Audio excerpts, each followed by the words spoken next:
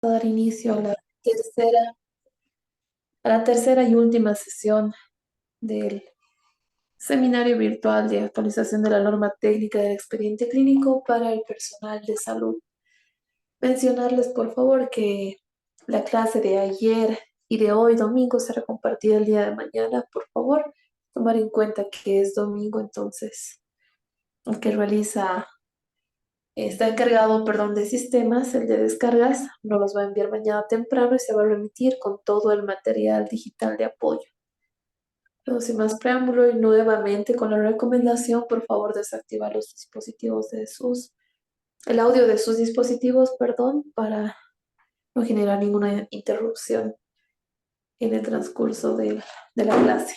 Bueno, sin más preámbulo, damos la bienvenida al facilitador, doctor Hugo Carvajal Oviedo. Puede dar inicio.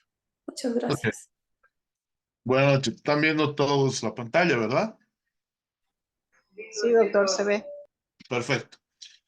Muy bien, hoy en esta última jornada vamos a dedicarnos al consentimiento informado para el personal de salud.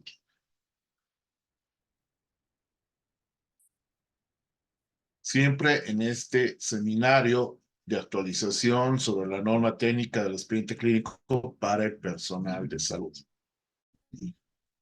Muy bien, ¿qué es el consentimiento informado? Es lo primero que tenemos que preguntar. Sus micrófonos, por favor. Si Andrea lo puede silenciar.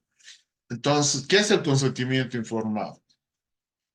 Es un derecho exigible y claramente manifiesto del respeto de la autonomía para tomar decisiones del paciente o en su defecto la familia cuando éste no pueda ser competente, vale decir que no tenga la decisión cognitiva ni volitiva. Entonces, con ese concepto, el consentimiento informado en salud, vamos a hablar un poco del concepto y de la normativa. Entonces, el consentimiento informado, ¿qué es?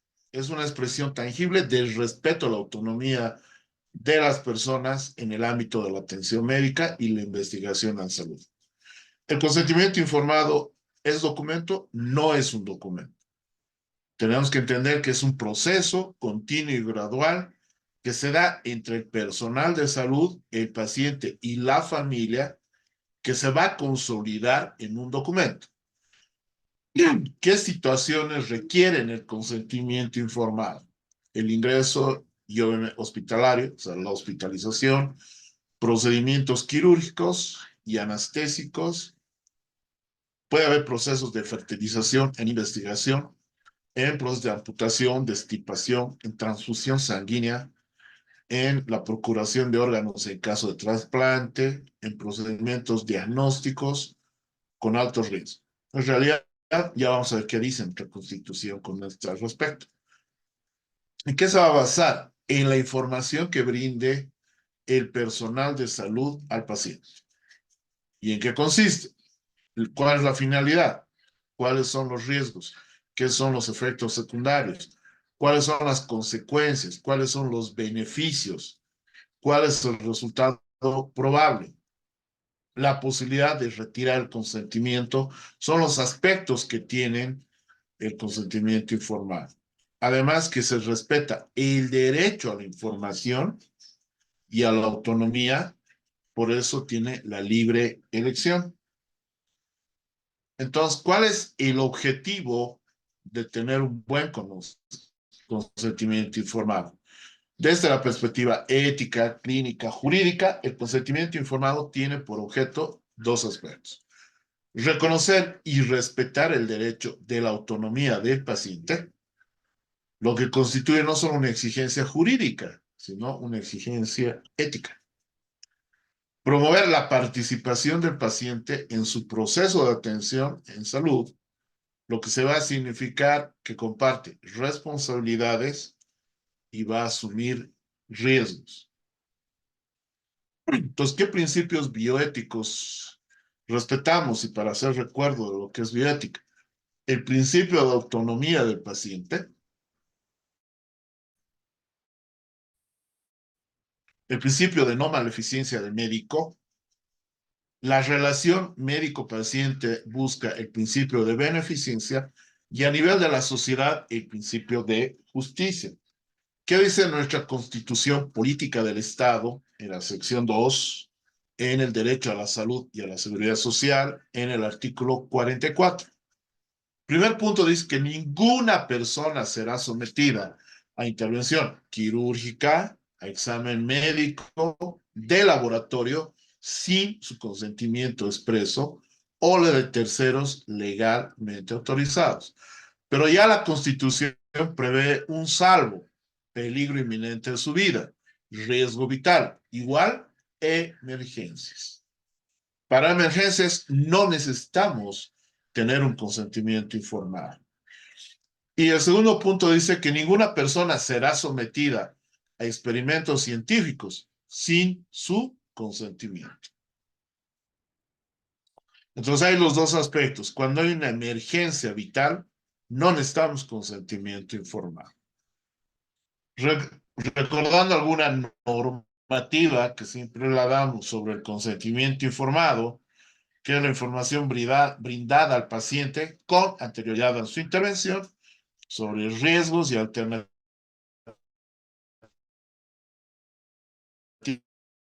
para que éste pueda tomar una decisión libre y voluntaria y debidamente registrada. En el Código de Salud está en el artículo 5 y en el 148. En la ley 3131, en el artículo 10, el 12, en el inciso I y J, y en el artículo 13, el inciso E. En el decreto reglamentario 28.562 está en el artículo 14. En el reglamento de hospitales está en el artículo 42. Y en el Código de Ética y Deontología Médica está en el artículo 22, 23, 115 y 116, contemplado en los deberes del médico y en los derechos del paciente. ¿Sí? Entonces, ahora sí hablemos del consentimiento informado en medicina y el personal de salud. Ya hemos dicho qué objetivos tiene el consentimiento informado. Hay un objetivo ético, que es respetar la autonomía y la autodeterminación del paciente. Un objetivo técnico-científico es la evaluación y el manejo del riesgo quirúrgico y clínico en la atención médica. Y jurídico, elemento probatorio de alto valor sobre la aceptación de los riesgos informados, sus consecuencias por parte del paciente en caso que se expresen. Por favor, les hemos recomendado muchas veces que silencien sus micrófonos. Andrea, si nos puedes ayudar, por favor. Nos desconecto de la explicación. Entonces decíamos que hay un objetivo jurídico, que es un elemento probatorio de alto valor sobre la aceptación de riesgos informados, las consecuencias que pudieran tener en el paciente en caso de que ellos expresen. Entonces, ¿qué elementos tenemos en un consentimiento informado? La información suficiente sobre los beneficios del procedimiento, sobre los riesgos, sobre las complicaciones, sobre las secuelas que pudiera tener este procedimiento y por qué no elegir otro. Después, un feedback que explique el paciente lo que entendió, o sea, una retroalimentación pidiéndole al paciente que me explique lo que acabo yo de exponer. Y me voy a dar cuenta que ha comprendido. Y después tiene que haber un proceso libre, sin coacción, sin presión, sin manipulación, se va a tener, y respetar la voluntariedad de la aceptación o no del consentimiento informado. Usualmente, en el ámbito de la salud, es común escuchar hablar de consentimiento informado. Pero, ¿qué es consentimiento informado? ¿Cuáles son sus características? ¿Cómo se clasifica? ¿Qué debe contener un consentimiento informado? Estos y otros asuntos te los explicaré en este video.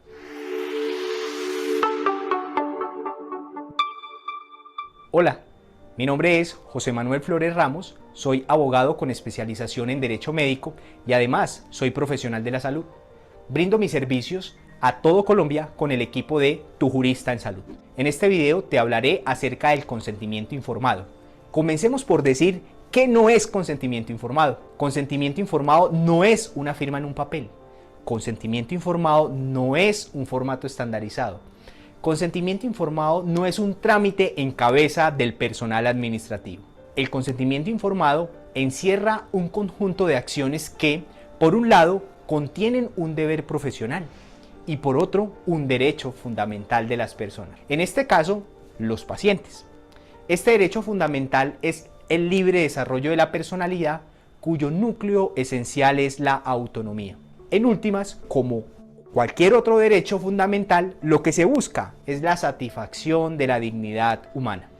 En el contexto médico-sanitario, este acto alberga, por un lado, las acciones del profesional de la salud para dotar de información al paciente y a su familia. Toda la información que estos necesiten, en particular el paciente, para la toma de decisiones de su condición en salud y su cuerpo. A la vez, este acto contiene las respuestas y decisiones sobre las intervenciones que con base a la información recibida el paciente adopte.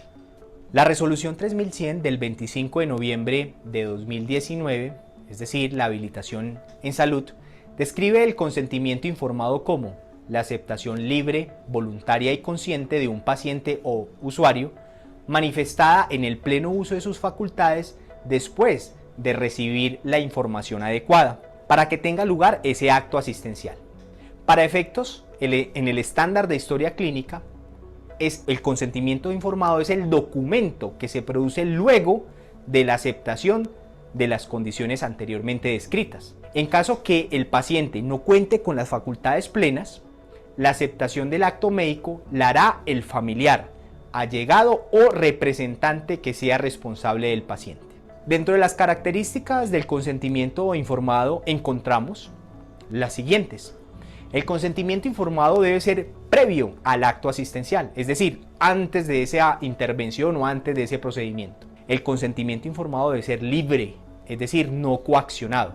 Esa palabra coacción significa utilizar la fuerza para que alguien te diga que sí. El consentimiento informado debe ser informado, valga la redundancia. ¿Por qué? Porque esa información tiene que ser suficiente y oportuna. Y esa información debe ser entendida por la persona que recibiría, en este caso, la atención. Otra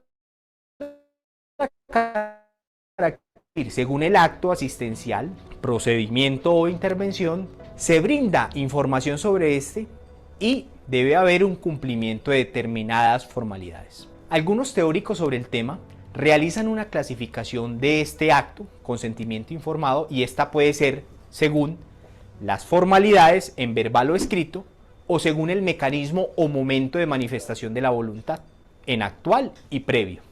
Existe también el consentimiento sustituto, que es la manifestación de la voluntad de un tercero por el paciente, cuando éste es, por ejemplo, incapaz. Respecto a qué debe contener el consentimiento informado, pues básicamente se utilizan las WH, es decir, las WH en inglés, es decir, qué se va a hacer, por qué se va a hacer, dónde se va a hacer, cuándo se va a hacer, qué riesgos implica llevar a cabo ese acto, qué alternativas existen a lo que se propone, qué pasaría si no se realiza ese acto asistencial. Entonces, básicamente, una de las competencias que se debe poner en práctica el profesional de la salud es precisamente esa competencia de la comunicación efectiva para dar cumplimiento a esos requisitos que te mencioné que debe contener el consentimiento informado. Si eres parte de una clínica o un hospital, o si eres un profesional de la salud y quieres que te ayudemos a diseñar o construir ese consentimiento informado y que cumpla todos los requisitos, contrata entonces nuestros servicios. Estaremos muy complacidos en poderte ayudar. Si eres un paciente y sientes que te vulneraron el derecho a la información en el consentimiento informado, también te podemos asesorar en tu situación. Ahora bien, cuando el paciente se encuentra en estado de inconsciencia, cuando es menor de edad o cuando tiene alteración del estado mental, El consentimiento informado tiene una variación. En un próximo video haremos hincapié o haremos referencia a esas situaciones excepcionales, puesto que esto es un tema que también tiene que ver con el concepto que se maneja en la ciencia jurídica o en el derecho, que conocemos como la capacidad. Existe mucha jurisprudencia referente a este tema, al consentimiento informado. Esa palabra jurisprudencia pues hace referencia a las decisiones o sentencias que emiten los tribunales, como la Corte Suprema de Justicia, el Consejo de Estado o la Corte Constitucional. En materia del consentimiento informado te comparto la siguiente jurisprudencia. La sentencia C-182 del 2016, proferida por la Corte Constitucional, donde se declara exequible, es decir, se declara constitucional el artículo 6 de la Ley 1412 o 1412 de 2010. Y esta ley es por medio de la cual se autoriza la realización de forma gratuita y se promueve la ligadura de conductos deferentes o vasectomía y la ligadura de trompas de falopio como formas para fomentar la paternidad y maternidad responsable. En esta sentencia se describe, por ejemplo, el grado de cualificación del consentimiento informado, el nivel de adecuación y entre otros asuntos se tocan en esa sentencia. Para concluir, pues en este video de Tu Jurista en Salud, te compartimos las definiciones de consentimiento informado, cuáles eran sus características, cómo se clasifica el consentimiento informado, qué requisitos mínimos debe contener el consentimiento informado y además te compartimos una sentencia de la Corte Constitucional. Si quieres conocer nuestros servicios para clínicas, hospitales, EPS, firmas jurídicas, instituciones educativas o profesionales de la salud, o si eres un paciente que requiere alguna asesoría relacionada con atención en salud, e inclusive si eres un abogado o un jurista con un asunto de responsabilidad médica y estás lógicamente en cualquier parte de Colombia, te podemos ayudar. Si te gustó este contenido, muy bien. Obviamente eso está en la norma colombiana. El consentimiento informado, si hay un paciente que por su condición física o mental no puede firmar el consentimiento, lo debe hacer un familiar más cercano. También se da esto en un menor de edad. Pero en situaciones de emergencia, estamos utilizando el término de urgencias, ¿no? Ya la definición está clara, no es lo mismo. En situaciones de emergencia, el personal de salud puede actuar sin consentimiento informado. Se entiende que la ley, por ley o por normativa, el paciente hubiese deseado ser salvado. Entonces, no necesitamos ahí el consentimiento informado. ¿Cómo debemos informar a ese consentimiento informado?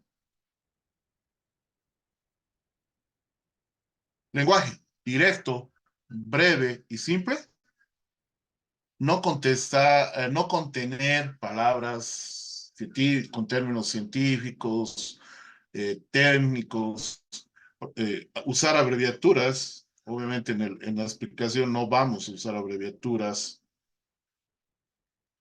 Debe estar acorde del nivel de instrucción que tiene el paciente. Se debe explicar convenientemente al paciente y a los familiares siempre.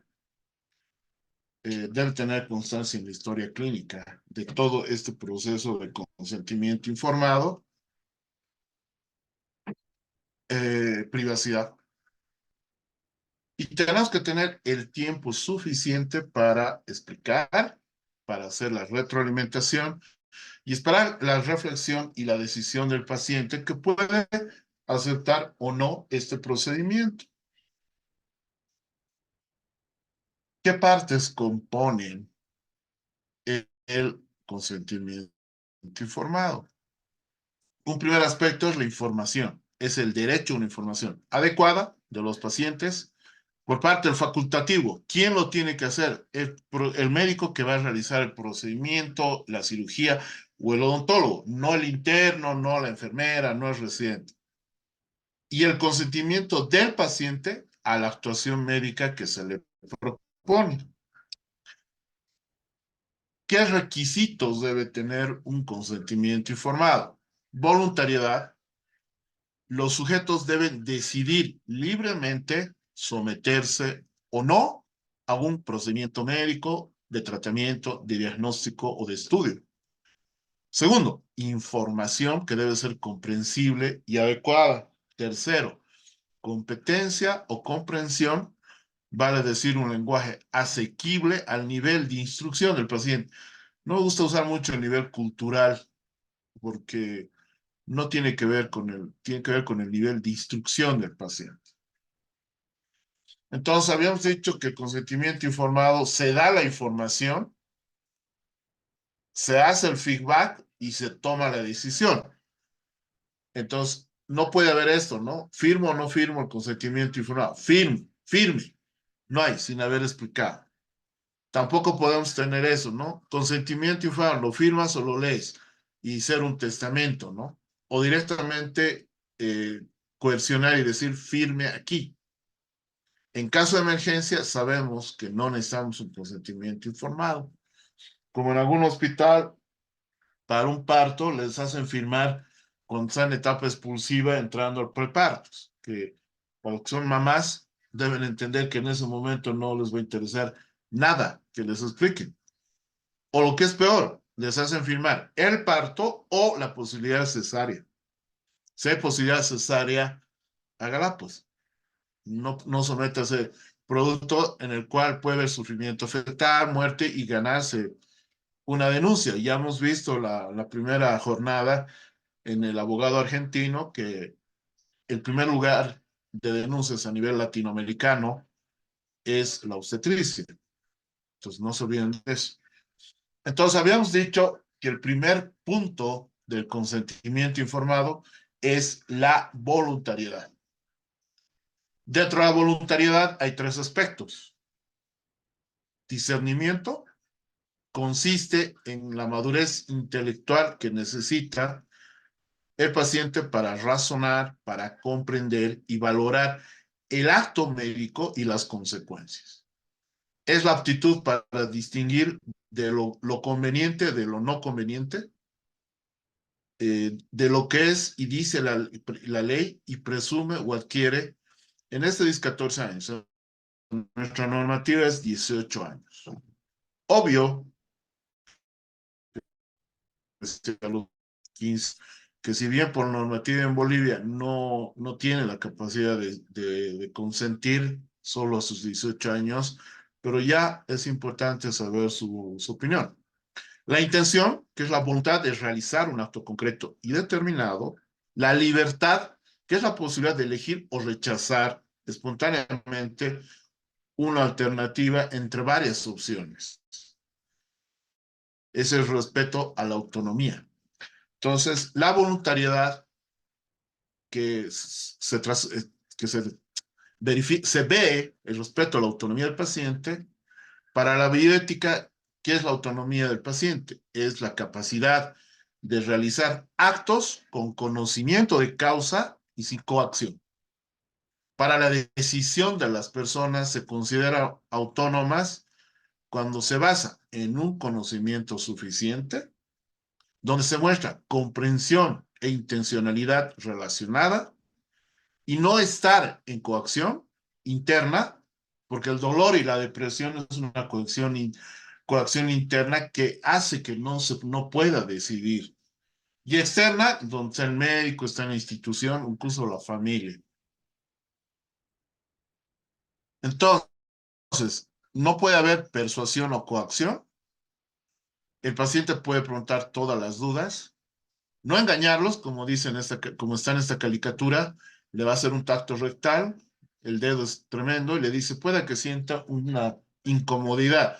Y no es así, ¿no? Y con ayuda, pero dejarlo decidir en forma autónoma. Otro aspecto que habíamos hablado fuera de la voluntariedad es la información. ¿Cómo debe ser la información? Clara y comprensible, general y gradual, concreta y relevante, veraz, repetida y personalizada.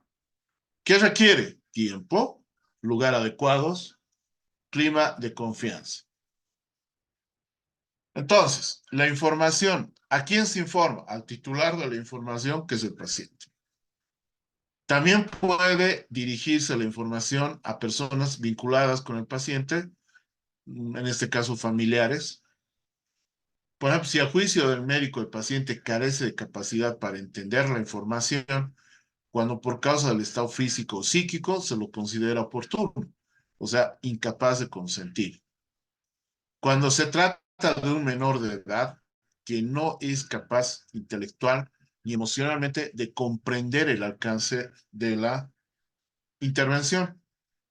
Y si el paciente está incapacitado para la información, deberá ser informado del modo más adecuado a sus posibilidades de comprensión y se deberá también informar al representante legal.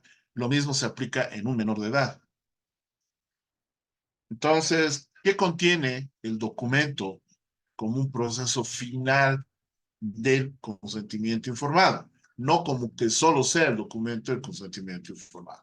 Se identifica al paciente, identificación del representante legal, identificación del facultativo e identificación de testigos. Hay una parte expositiva donde está el diagnóstico, posibles opciones terapéuticas fuera de la que propongo, motivo de elección del procedimiento que que el facultativo le está proponiendo, riesgos típicos que son más frecuentes, expectativas concretas del paciente. Y tiene que haber una fórmula final, que es en realidad de aceptación o negación, el consentimiento propiamente dicho, identificación cronológica y las firmas del paciente, del médico que va a realizar el procedimiento y los testigos.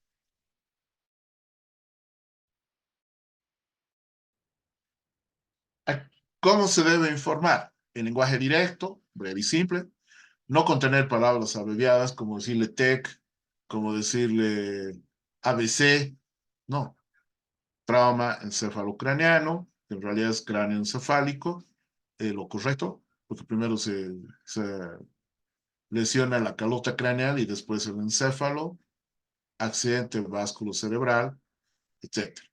Ni términos científicos, ¿no? Por ejemplo, el dolor que tiene a nivel de hipogastrio, que se irradia a hipocondrio derecho, de tipo pungitivo, o sea, el paciente va a decir, bueno, ¿cuándo me voy a morir? ¿No? Pues el dolor que tiene, lo que comúnmente decimos, en la boca del estómago, que se va a ir hacia el lado derecho de su hígado, es diferente, ¿no? Y le está diciendo lo mismo. No debería superar el nivel de entendimiento de alumnos de educación primaria, asumiendo que nuestra población en general puede tener ese nivel de instrucción. No es suficiente con entregar la información escrita, el médico debe explicar. No es decirle, lea y mañana lo trae firmado. No. Se debe dejar constancia en el expediente clínico. Sabemos que en la primera parte, ya lo hemos visto el viernes, están los consentimientos informados. Debe hacerse con la debida privacidad, o sea, no en los corredores, como les decía, no en la sala de prepartos o en el quirófano antes de entrar. No. Porque en un proceso, ¿qué le van a decir al paciente? ¿Dónde le ha hecho firmar? En el corredor. ¿Quién le ha hecho firmar? El practicante normalmente dicen que es el interno o el residente, y no el médico que ha hecho el procedimiento. Ojo, que debe dar lugar a la reflexión del paciente. Tercer elemento para un consentimiento informado. El primero era voluntariedad, segundo información y ahora competencia. Y la competencia se le entiende como la capacidad del paciente para comprender a la situación que se enfrenta, a las consecuencias previsibles, para tomar la decisión, expresar y defender esa decisión, que debe ser coherente con su propia escala de valores. La clásica donación de sangre a un testigo de Jehová, ¿no? Que implica muchos aspectos.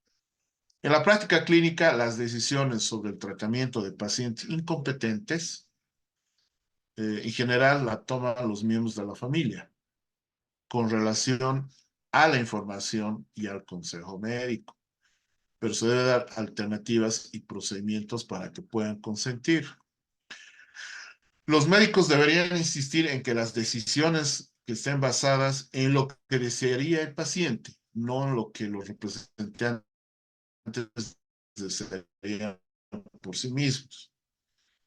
Yo he tenido el caso de algún familiar que falleció, que me solicitó que no quería entrar a terapia intensiva sobre cualquier aspecto.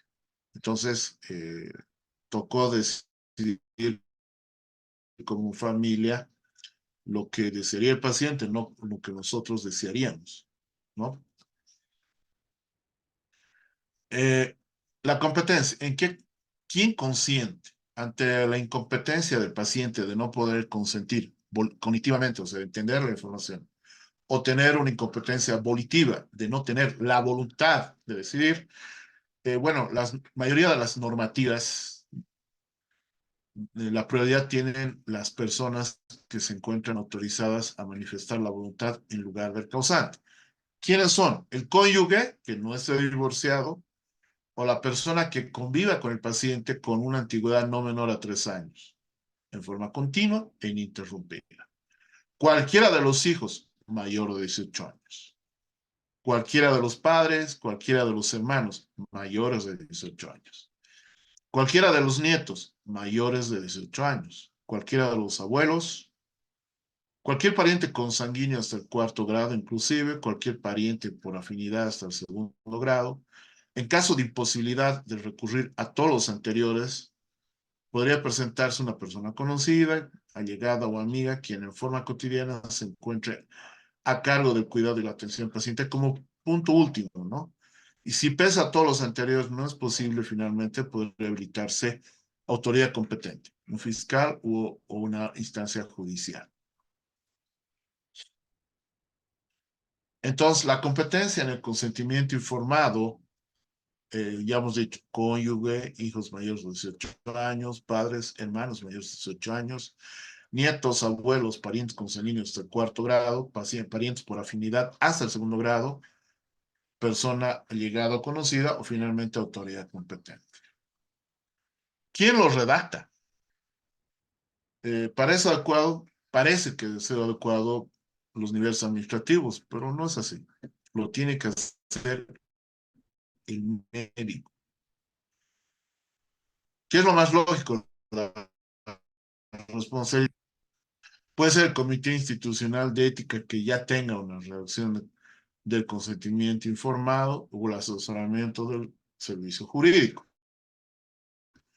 Debe revisarse periódicamente para adaptar su contenido, sus formas a las necesidades que hayan detectado su uso. Y los formularios deben ser específicos para cada procedimiento.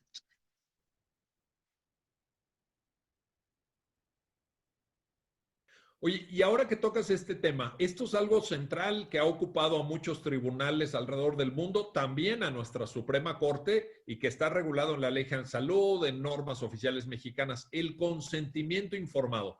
Porque naturalmente cuando uno acude ante un profesional de la medicina, cuando uno pues tiene que practicarse, incluso imaginemos en el peor caso, pues una cirugía, hay un ámbito de incertidumbre. Es decir, pues si tú no eres médico, no sabes exactamente qué te van a hacer, cuál va a ser el proceso de recuperación, cuál es el porcentaje de riesgo o de incluso de fallecimiento, porque también hay un porcentaje de posibilidades de que no la libres en una atención quirúrgica, por ejemplo. Entonces, ¿qué papel juega? Bueno, primero, ¿qué es? Y luego, ¿qué papel juega en todo esto que estamos hablando de la malpraxis médica? El consentimiento informado que mencionabas, César.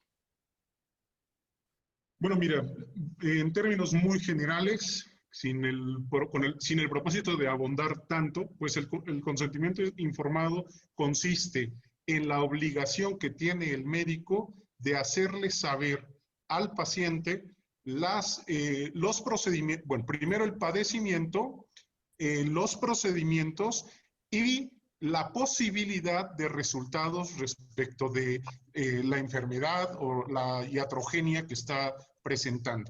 Esto significa que, bueno, pues tendrá la obligación el médico de explicarle, dice la Ley General de Salud, detalladamente cuál es el padecimiento que tiene, pero además también la Ley General de Salud establece que con un lenguaje apropiado. ¿Por qué? Porque el lenguaje de los médicos es muy técnico. ¿no?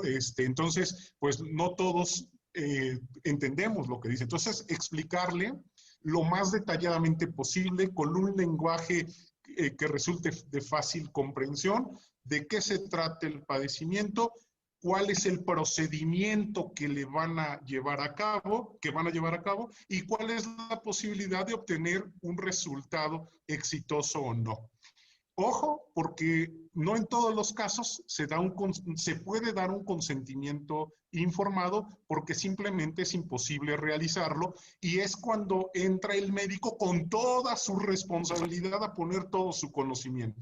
Me refiero, por ejemplo, a que el consentimiento informado está pensado en una cirugía programada, donde el paciente pues sabe que tiene y hay posibilidades de que mañana pasado, dentro de un mes, etcétera, se pueda dar la intervención, la invasión, como dicen los médicos, al cuerpo, y bueno, pues el médico le informa y le dice. Pero también hay otros casos en donde son de extrema urgencia. El paciente llegó accidentado, traumatizado, etcétera, y el médico pues tiene que actuar inmediatamente, y en lo último que piensa pues es en el consentimiento informado. Entonces, en esos aspectos entra ese bagaje de conocimientos y de normatividad que el médico debe de conocer como profesional que es, para poder combinar tanto su conocimiento profesional y científico como el cumplimiento de las normas para que no se salga de ellas. Oye, cuando señalabas que este consentimiento informado se debe dar en términos de lo que la propia Ley General de Salud establece, evidentemente, se debe dar de manera detallada. Me acordé de una sentencia de nuestra Suprema Corte en la cual le reprochan en un juicio de responsabilidad, yo creo que responsabilidad patrimonial o administrativa, porque era contra el ISSSTE, le reprochan que en un hospital del ISSSTE se recabó el consentimiento juntando a varios pacientes, eran 30 pacientes que tenían una dolencia muy, muy parecida, y se les dio una plática, una especie de conferencia. Entonces imagínate que se juntan en una sala del ISSSTE. A ver, vénganse todos los que tienen aquí, creo que era un tema de incluso de nervio ciático o una operación de cadera, etcétera. Entonces, vénganse aquí todos los que anden mal de la cadera, que están en este hospital, les vamos a dar una plática y con eso vamos a recabar el consentimiento informado. La Corte en la sentencia dice, eso no es. O sea, ahí no se está cumpliendo porque, como tú muy bien lo dijiste, entonces, eso no es detallado. Detallado tiene que ser apropiado para cada caso, ¿no? Para cada persona, porque cada dolencia es diferente. Cada paciente tiene una situación distinta, ¿no? Claro, pero además, fíjate que pues es muy arriesgado. A veces es comprensible por la circunstancia que viven los centros de salud, que prestan servicios de salud en nuestro país, dadas todas las carencias que ya sabemos que tienen, pero pues el cumplimiento de la norma no autoriza que se hagan este tipo de situaciones, porque incluso las condiciones, como tú bien lo señalas, las condiciones físicas de cada paciente son diferentes. La Ley General de Salud incluso reconoce en los principios que maneja que ante un mismo tratamiento, la respuesta del paciente puede ser diferente. Entonces, cuando se da el consentimiento informado, cuando se obtiene del paciente, es porque el médico ya ha valorado todas las circunstancias especiales, específicas de ese paciente en particular, que es que cuánto pesa, que si es diabético, que si tiene padecimientos, y eso pues no lo puedes generalizar, tienes que hacerlo de manera específica para cada uno. Pero fíjate, sucede que luego se dan este tipo de actos y hay alguno u otro paciente que sí se atreve a reclamar, pero no al médico, sino al ISSSTE o al Estado. ¿Por qué? Pues porque al Estado no le dio la atención que la propia ley señala, y muchas veces el Estado se ve obligado a indemnizar a estos pacientes con cantidades millonarias, y creo yo que al Estado le saldría más barato cumplir con la ley que no cumplirla por todas estas circunstancias que se dan. Pero bueno. Sin duda, bueno, le saldría más barato económicamente, incluso, digamos, casi éticamente, ¿no? Porque pues la vida y la salud son algo muy valioso. Ahora, nada más para cerrar este mismo punto y con esto pasamos a otro tema, pero a ver, se recaba el consentimiento, pensemos en un caso, se recaba el consentimiento informado con todas las especificidades, con todos los requisitos que fija la normatividad aplicable, el paciente entiende lo que le van a hacer, asume el riesgo que existe en todo procedimiento médico, etcétera, pero eso no quiere necesariamente significar, y esa sería la pregunta, César, eso no implica que ya el médico no sea sujeto de responsabilidad por malpraxis, ¿no? O sea, el consentimiento informado es un elemento que debe darse, pero no excluyente de la malpraxis. Sí, claro, es la información del paciente sobre el padecimiento y el tratamiento que que van a llevar a cabo los médicos. Pero cuando ese procedimiento se desarrolla, cuando ese tratamiento se desarrolla, ahí puede venir el error, ahí puede venir la malpraxis, la negligencia, incluso, fíjate Miguel, lo que hemos visto en algunos casos en donde ha habido error de diagnóstico, que ya la Corte nos ha dicho en una jurisprudencia cómo se especifica el error de diagnóstico, y hay consentimiento informado. Entonces, este ejemplo nos permite saber que el hecho de que haya un consentimiento informado no quiere decir que se excluya del error de diagnóstico. Es decir, con un diagnóstico erróneo le están informando, les están obteniendo un consentimiento informado del paciente. Son cuestiones que sí pueden permitir tener la responsabilidad del médico aun cuando exista consentimiento informado. Oye, y ahora que tocas este tema, esto es algo central que ha ocupado a muchos tribunales alrededor del mundo, también a nuestra Suprema Corte, y que está regulado en la Ley General de Salud, en normas oficiales mexicanas, el consentimiento informado. Porque naturalmente cuando uno acude ante un profesional de la medicina, cuando uno pues tiene que practicarse, incluso imaginemos en el peor caso, pues una cirugía, hay un ámbito de incertidumbre. Es decir, pues si tú no eres médico, no sabes exactamente qué te van a hacer, cuál va a ser el proceso de recuperación, cuál es el porcentaje de riesgo o de incluso de fallecimiento, porque también hay un porcentaje de posibilidades de que no la libres en una atención quirúrgica, por ejemplo. Entonces, ¿qué papel juega? Bueno, primero, ¿qué es? Y luego, ¿qué papel juega en todo esto que estamos hablando de la malpraxis médica? El consentimiento informado que mencionabas, eso. Bueno, mira, en términos muy generales, sin el propósito de abundar tanto, pues el consentimiento informado consiste en la obligación que tiene el médico de hacerle saber al paciente los procedimientos, bueno, primero el padecimiento, los procedimientos y la posibilidad de resultados respecto de la enfermedad o la iatrogenia que está presentando. Esto significa que, bueno, pues tendrá la obligación el médico de explicarle, dice la Ley General de Salud, detalladamente cuál es el padecimiento que tiene, pero además también la Ley General de Salud establece que con un lenguaje apropiado. ¿Por qué? Porque el lenguaje de los médicos es muy técnico, ¿no? Entonces, pues no todos entendemos lo que dicen. Entonces, explicarle lo más detalladamente posible con un lenguaje que resulte de fácil comprensión de qué se trata el padecimiento, cuál es el procedimiento que le van a llevar a cabo, y cuál es la posibilidad de obtener un resultado exitoso o no. Ojo, porque no en todos los casos se puede dar un consentimiento informado porque simplemente es imposible realizarlo, y es cuando entra el médico con toda su responsabilidad a poner todo su conocimiento.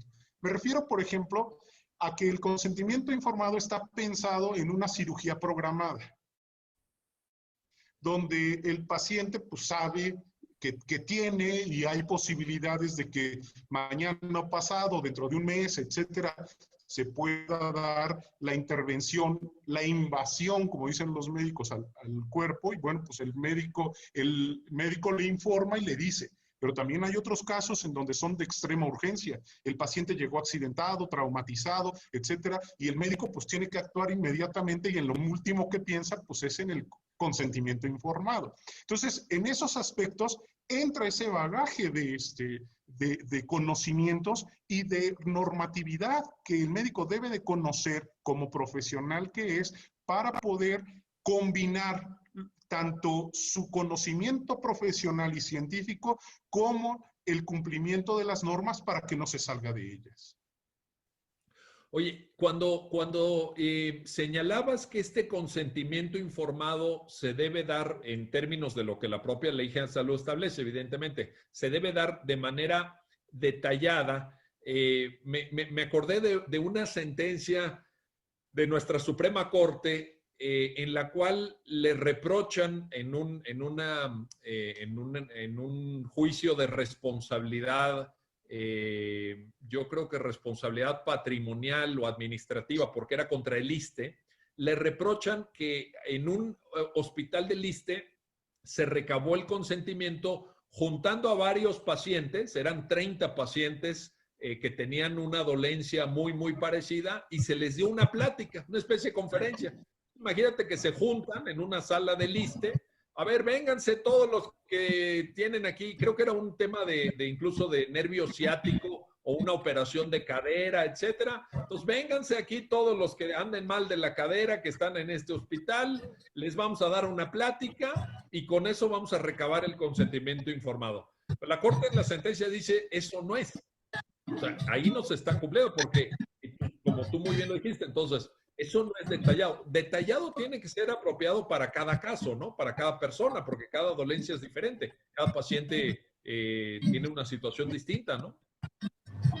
Claro, pero además, fíjate que pues es muy arriesgado. A veces es comprensible por la circunstancia que viven los centros de salud que prestan servicios de salud en nuestro país, dadas todas las carencias que ya sabemos que tienen, pero pues el cumplimiento de la norma no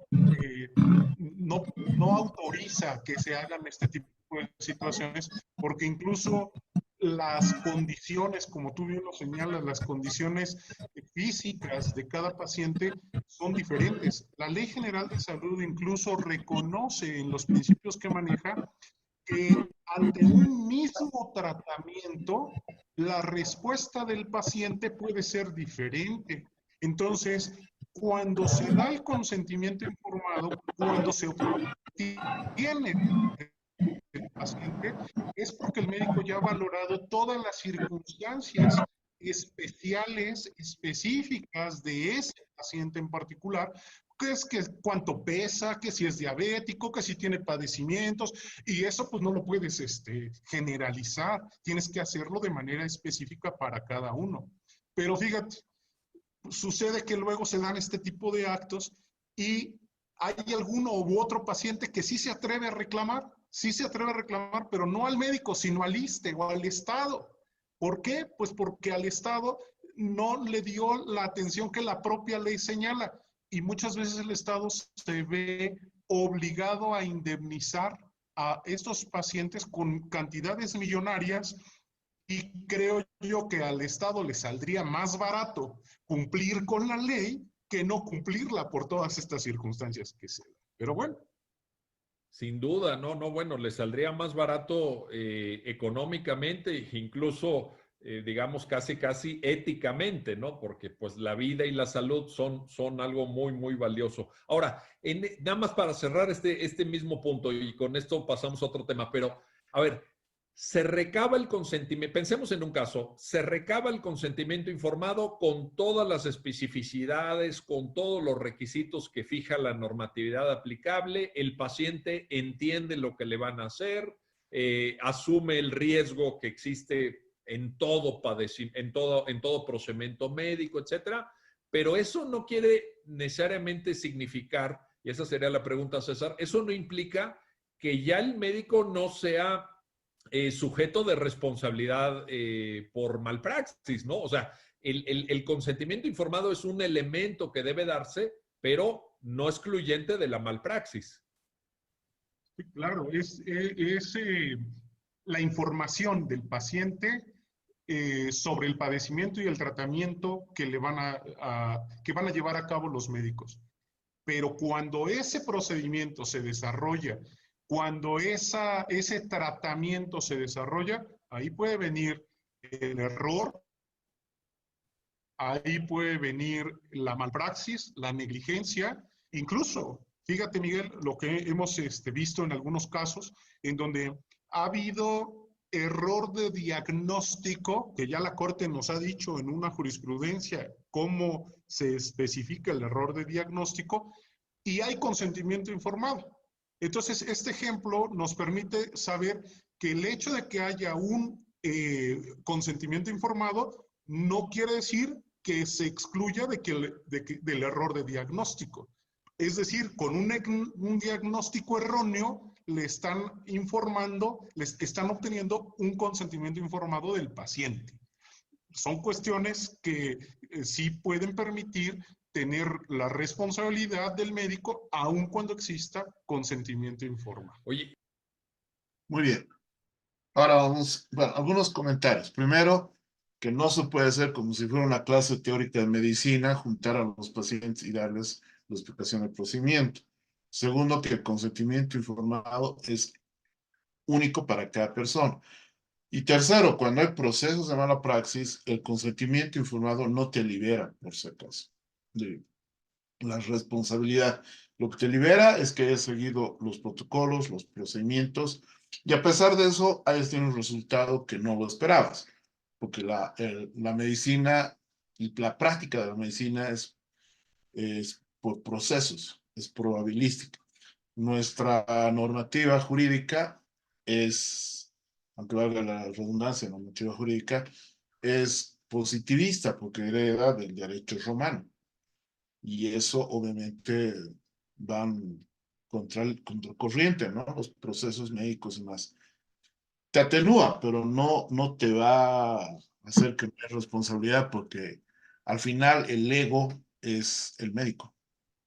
Entonces, pero siempre va a ayudar a tener un buen consentimiento informado. Y se basa en esta normativa.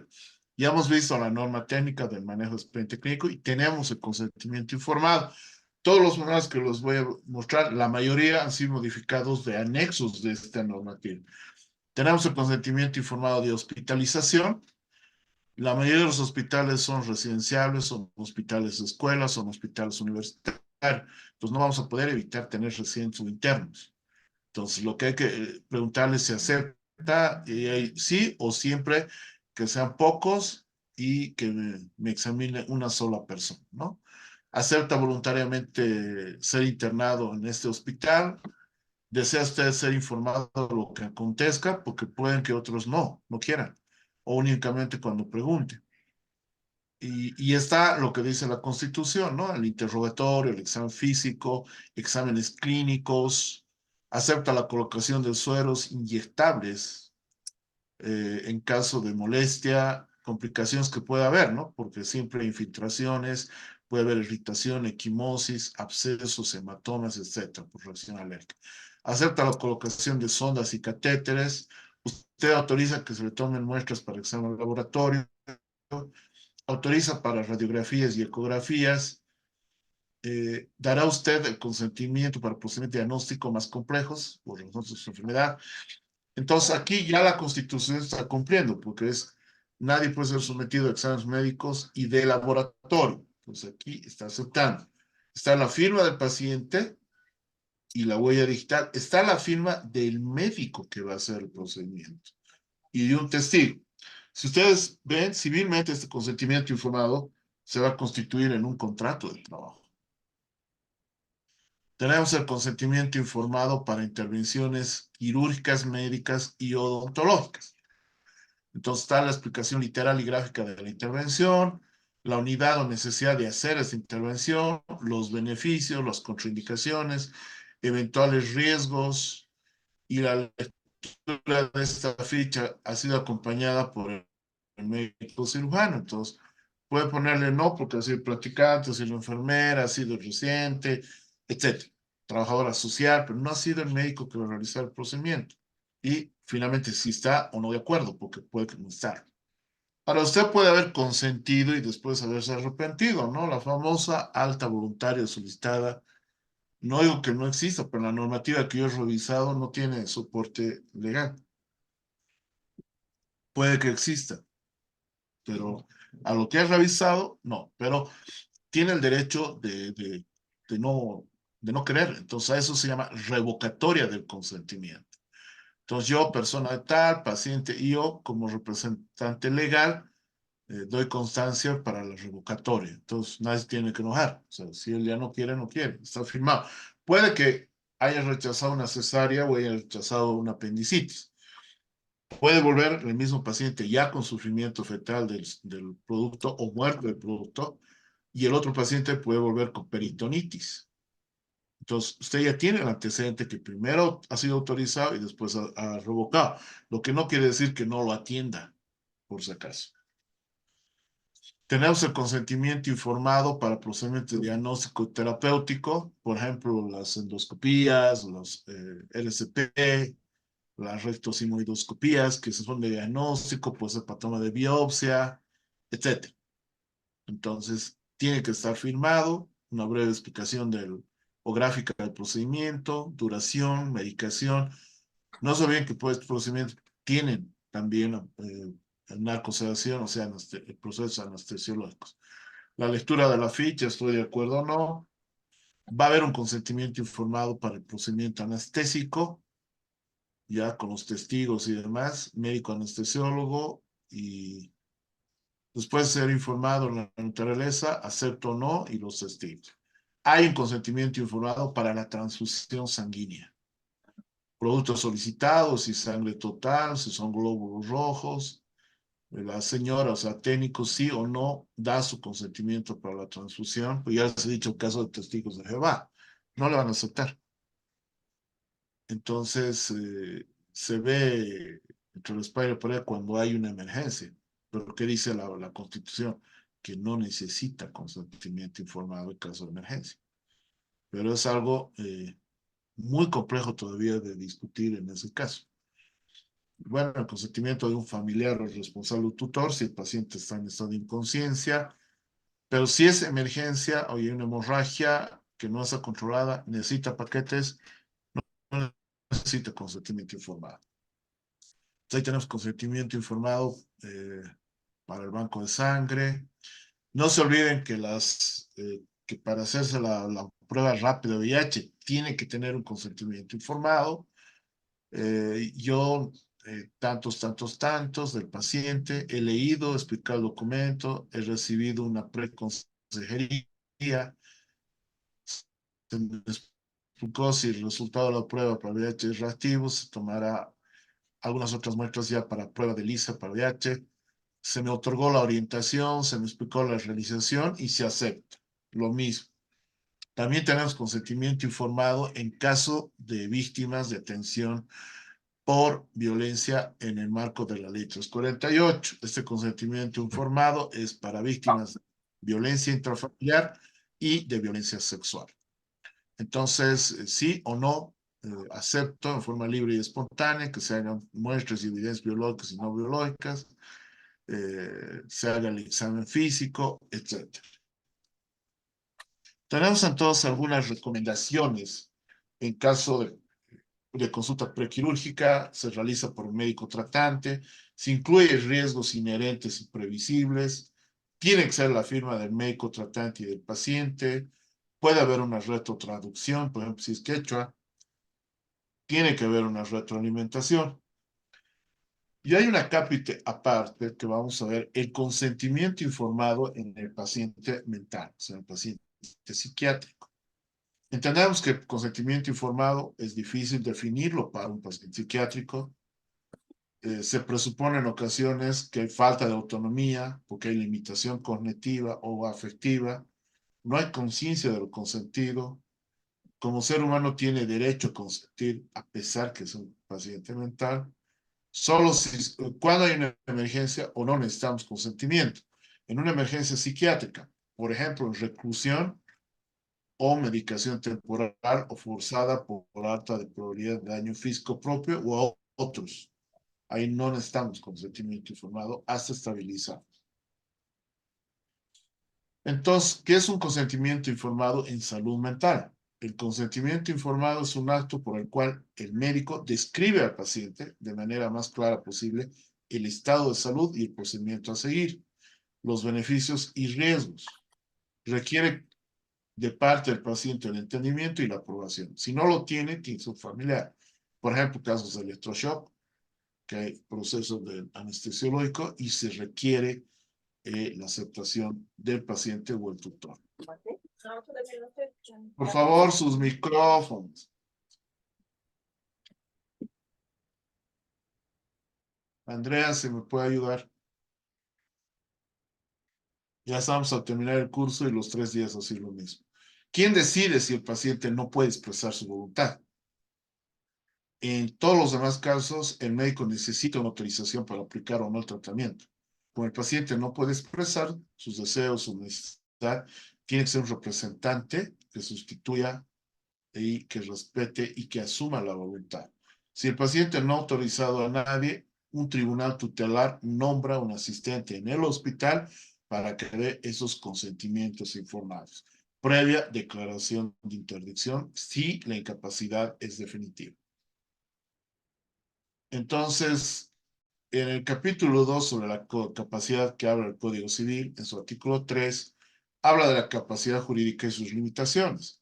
Y toda persona tiene capacidad jurídica cuando ésta experimenta, o sea, cuando no tiene capacidad jurídica o su limitación. Cuando experimenta limitaciones parciales, solo en ese caso puede haber un caso de excepción por la ley. El artículo 4 habla de la mayoría de edad y la capacidad de obrar. La mayoría de edad se adquiere a los 18 años cumplidos en Bolivia.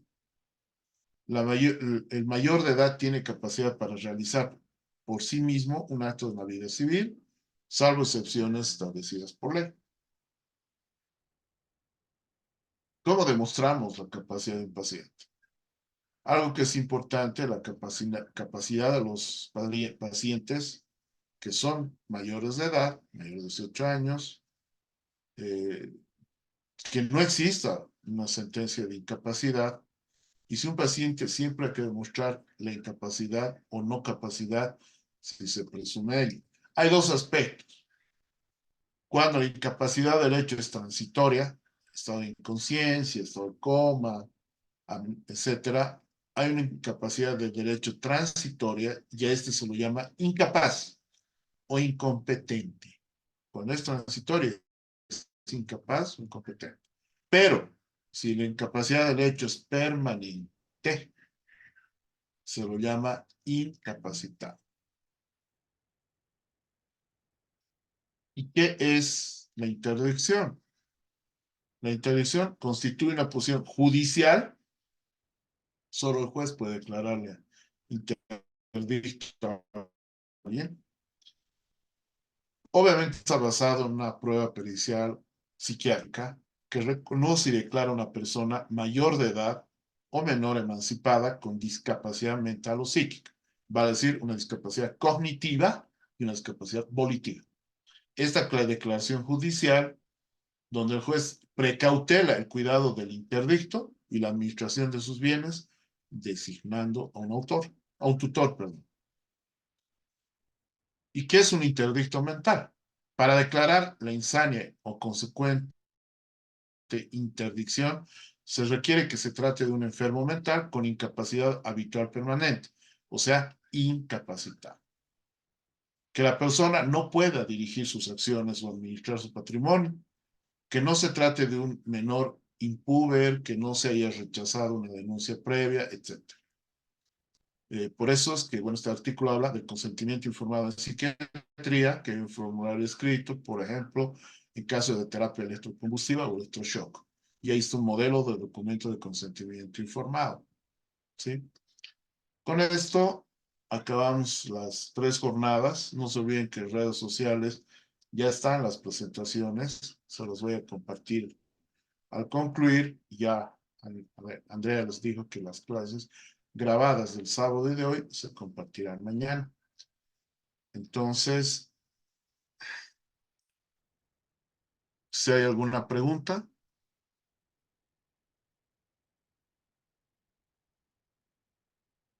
Muy bien. Pueden habilitar su micrófono o escribir en el chat sobre el consentimiento informado o sobre las 3 jornadas que acabamos hoy día.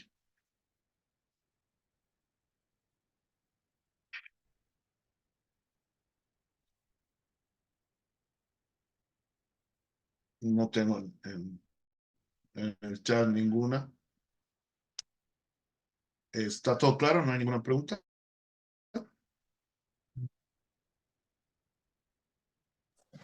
Como no tenemos dudas ni consultas, asumimos que está todo claro, ¿no, doctor? Sí, entonces podemos concluir el curso. Sin antes agradecer a INSER, sobre todo a Andrea, la confianza que han tenido ya en este segundo curso y a los colegas que veo varios exalumnos, saludos, y a los colegas también que han participado en estas 3 jornadas. Les agradezco su participación. Sí, Fabiola dice todo claro. Gracias, Fabiola Irigoyen. Y bueno, será hasta en otra oportunidad. Bendiciones a todos y buenas noches. Buenas noches, doctor. Damos por culminado, como usted lo mencionaba. Agradecer a todos los participantes y en especial a su persona por compartir los conocimientos y experiencia en el tema de expediente clínico. Ya nos reencontramos en otra oportunidad, en otro curso, doctor. Que tenga muy buena noche y mencionar a todos los participantes que el material y las grabaciones serán remitidos el día de mañana. Conjuntamente se enviará un comunicado en cuanto a las fechas y direcciones para la entrega de certificados, por favor. Muchas gracias. Hasta luego, doctor, y hasta luego a los participantes. Hasta luego. Vale aclarar que a Andrea le pasó como unos 10 documentos que seguramente los va a compartir mañana. Buenas noches a todos. Hasta luego. Buenas noches, Gracias, doctor. gusto verlo. Un saludo. Gracias, Buenas buenas noches, noches. bendiciones. Hasta Gracias, luego. doctor.